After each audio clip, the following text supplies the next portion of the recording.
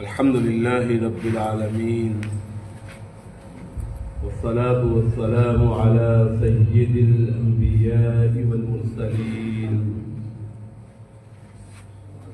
وعلى آله وصحبه أجمعين ومن تبعهم بإحسان إلى يوم الدين. أعوذ بالله السميع العليم من الشيطان الرجيم من حمده ونفخه ونفسه. بسم الله الرحمن الرحيم. الحمد لله رب العالمين الرحمن الرحيم مالك يوم الدين. إياك نعبد وإياك نستعين. اهدنا الصراط المستقيم صراط الذين أنعمت عليهم غير المغضوب عليهم ولا الضالين.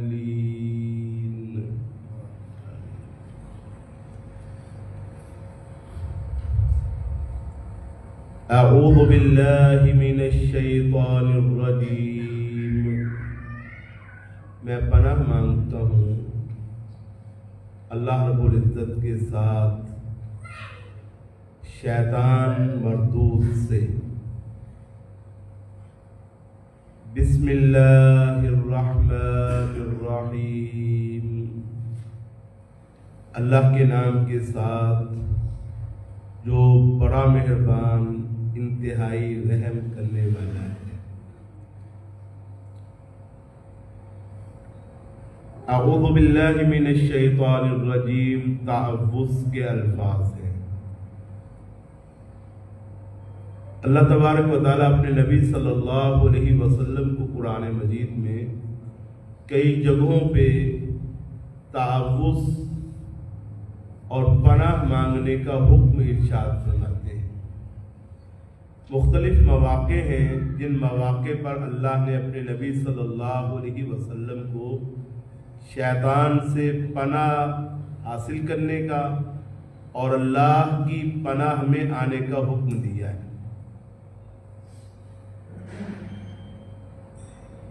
خاص طور پر جب قرآن مجید کی تلاوت کی جائے تو پھر تعوذ پڑھنا یہ اللہ کا حکم ہے. فرمایا فَإِذَا قَرَأْتَ الْقُرْآنَ فَاسْتَعِذْ بِاللَّهِ مِنَ الشَّيْطَانِ الرَّجِيمِ. کہ محمد صلی اللہ علیہ وسلم جب تو قرآن مجید کی قراءت کرے فَاسْتَعِذْ بِاللَّهِ تو اللہ کے ساتھ پناہ حاصل کرو شیطان مردود سے. تو یہ اللہ نے حکم دیا ہے اور اصول یہ ہے، اصول فقہ میں سے یہ ایک مسلم اصول ہے کہ ہر وہ چیز جس کا اللہ حکم کرے یا اللہ کا رسول حکم کرے وہ فرض ہوتی ہے، الا یہ کہ کوئی ایسی دلیل مل جائے جو اس کی فرضیت کو ختم کرنے والی. تو یہاں پہ چونکہ فرضیت ختم کرنے والی دلیل کوئی نہیں، اس لیے جب بھی قرآن پڑھا جائے تو اللہ نے حکم دیا ہے کہ کیا کرنا ہے، تعوذ پڑھنا ہے. اپنے نبی کو حکم دیا ہے اور نبی کی امت کو حکم دیا ہے کہ جب بھی تم نے قرآن پڑھنا ہے پھر کیا کرنا ہے، تعوذ پڑھنا ہے. تعوذ سے قرآن کی ابتدا کرنی ہے. تو یہ فرض ہوا. اب علماء کا اختلاف ہے. بعض علماء کہتے ہیں کہ اگر کوئی شخص زندگی میں ایک مرتبہ تعوذ پڑھ لے تو ساری زندگی کے لیے اس کو کافی ہو جائے گا، لیکن یہ بات اتنی کوئی مؤثر اور درست معلوم نہیں ہوتی، کیونکہ اللہ نے کیا فرمایا ہے، فَإِذَا قَرَأْتَ الْقُرْآنَ، جب بھی تو قرآن پڑھے تو تعوذ پڑھ. تو ایک مرتبہ نہیں، قرآن مجید کی تلاوت سے پہلے یہ تعوذ کی ادائیگی فرض اور لازم ہے، یہ اللہ کا حکم ہے۔ اور مواقع پر بھی اللہ نے تعوذ پڑھنے کا حکم دیا ہے، جیسے فرمایا وَإِمَّا يَنزَغَنَّكَ مِنَ الشَّيْطَانِ نَزْغٌ فَاسْتَعِذْ بِاللَّهِ مِنَ الشَّيْطَانِ الرَّجِيمِ۔ شیطان آپ کے کام میں کوئی رکاوٹ پیدا کرے، یا شیطان اپنے آپ کے نفس میں کوئی دخل اندازی کرے، یا آپ کے دماغ اور دل کے ساتھ کوئی چھیڑ خانی کرے، تو پھر بھی تم نے کیا کرنا ہے؟ تعوذ پڑھنا ہے۔ رسول کریم صلی اللہ علیہ وسلم نے بھی کئی مواقع پر تعوذ کا حکم دیا ہے، جیسے کہ رسول کریم علیہ السلام کے ایک صحابی جھگڑا کر رہے تھے تو ان کو غصہ آیا ہوا تھا، شدید غصہ آیا ہوا تھا۔ اللہ کے رسول صلی اللہ علیہ وسلم نے دیکھا، فرمایا میں ایک جملہ جانتا ہوں کہ اگر یہ اس وقت اس جملے کو ادا کر لے اور وہ پڑھ لے تو اس کا غصہ ختم ہو جائے گا۔ پوچھا گیا کون سا جملہ ہے؟ فرمایا اعوذ باللہ من الشیطان الرجیم۔ یہ جملہ ایسا ہے کہ اگر یہ اس وقت پڑھ لے تو اس کا غصہ ختم ہو جائے گا۔ تو قرآن مجید کی تلاوت سے پہلے اللہ کا حکم ہے کہ کیا کرنا ہے؟ تعوذ پڑھنا ہے۔ تو حکم ماننے کے لیے ہوتا ہے، فرض ہوتا ہے، لازم ہوتا ہے۔ ہم لوگ یہ سمجھتے ہیں کہ تعوذ ضروری نہیں ہے، بعض اوقات ہم پڑھتے ہیں، بعض اوقات ہم نہیں پڑھتے، جبکہ یہ فرض ہے۔ نماز میں رسول کریم صلی اللہ علیہ وسلم جہاں بھی نماز کا تذکرہ، اللہ کے رسول نماز شروع کرتے تھے تو ثنا پڑھتے تھے، یا اللہم باعث بینی پڑھتے تھے۔ ثنا کے بعد آپ کی نماز کی قرات وہ کس سے شروع ہوتی تھی؟ صحابہ کہتے ہیں اللہ کے رسول صلی اللہ علیہ وسلم یہ پڑھتے تھے اعوذ باللہ من الشیطان الرجیم، یا بعض احادیث میں اعوذ باللہ السمیع العلیم من الشیطان الرجیم من حمزہ ونفخہ ونفثہ۔ یہاں سے اللہ کے رسول صلی اللہ علیہ وسلم اپنی نماز کی قراءت کی ابتدا کرتے ہیں۔ اچھا، یہ تعوذ نماز کی ابتدا کے لیے ہے کہ قراءت کی ابتدا کے لیے؟ تو رسول کریم صلی اللہ علیہ وسلم قراءت کی ابتدا کس سے کرتے تھے؟ تعوذ سے۔ نماز تو اللہ اکبر سے کرتے تھے، اور نماز کے بعد اللہ کے نبی صلی اللہ علیہ وسلم وہ جو دعائے استفتاح تھی وہ بھی پڑھتے تھے، اور اس کے بعد تعوذ پڑھتے تھے۔ تو اصول یہ ہے کہ جب بھی قرآن مجید کی تلاوت شروع کی جائے تو سب سے پہلے ہم نے کیا پڑھنا ہے؟ تعوذ پڑھنا ہے۔ اس کے بعد پھر تسمیہ پڑھنا ہے کہ نہیں پڑھنا، یہ بھی ایک سوال ہے۔ بسم اللہ الرحمن الرحیم قرآن مجید کی آیات میں سے ایک آیت ہے۔ قرآن مجید میں تمام سورتیں سوائے سورہ توبہ کے، اللہ رب العزت نے ان کی جو آیت نمبر 1 ہے، ان کی جو ابتدا ہے وہ کس آیت سے کی ہے؟ بسم اللہ الرحمن الرحیم سے کی۔ ایک سورت اور ہے سورۃ النمل، اس سورت کے درمیان میں بھی اللہ رب العزت نے بسم اللہ کا تذکرہ کیا، انہ من سلیمان وانہ بسم اللہ الرحمن الرحیم، کہ یہ اس خط کا تذکرہ کیا جو سلیمان علیہ السلام نے سبا کو لکھا تھا، اور اس خط میں بسم اللہ ذکر فرمائی۔ تو اس سورت کے درمیان، یعنی سورت میں 2 مرتبہ بسم اللہ ہے، باقی ساری سورتوں میں 1 مرتبہ ہے، اور سورہ توبہ میں بسم اللہ 1 مرتبہ بھی نہیں ہے۔ تو بسم اللہ ایک آیت ہے، ہر دفعہ یہ نازل ہوتی تھی، جب بھی کوئی سورت اترتی تھی تو اس سورت کی ابتدا کس آیت سے ہوتی تھی؟ بسم اللہ الرحمن الرحیم سے شروع ہوتی تھی۔ اس کی ایک دلیل یہ بھی ہے کہ سورۃ توبہ کے شروع میں بسم اللہ نازل نہیں ہوئی، صحابہ نے لکھی ہے۔ بعض لوگ کہتے نہیں، ویسے لکھ دی تھی بسم اللہ، ہر سورت کے شروع میں بعد والوں نے لکھی ہے، نازل نہیں ہوتی تھی۔